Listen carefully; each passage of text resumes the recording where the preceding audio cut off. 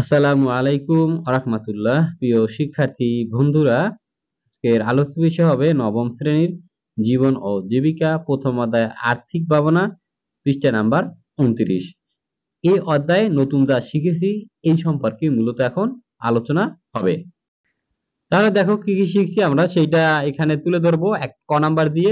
যে প্রথমে লিখতে পারি যে পরিবারের পরোক্ষ আয় বৃদ্ধি, খ পারিবারিক বাজেট তৈরি, গ পরিবারের ব্যয় পরিকল্পনা তৈরি, গ পারিবারিক বাজেট তৈরি, উম পরিবারের ব্যয় পরিকল্পনা তৈরি, চ পারিবারিক বিনিয়োগের সর্বোত্তম ব্যবস্থাপনা, ছ বিভিন্ন বিনিয়োগের মুনাফা ও জ বিনিয়োগের সর্বোত্তম ব্যবস্থাপনা, জ বিভিন্ন বিনিয়োগের মুনাফা ও ঝুঁকি, নিয় পারিবারিক বিনিয়োগ পরিকল্পনা তৈরির ধাপসমূহ ইত্যাদি বিষয় মূলত আমরা এই অধ্যায় থেকে শিখতে পারছি।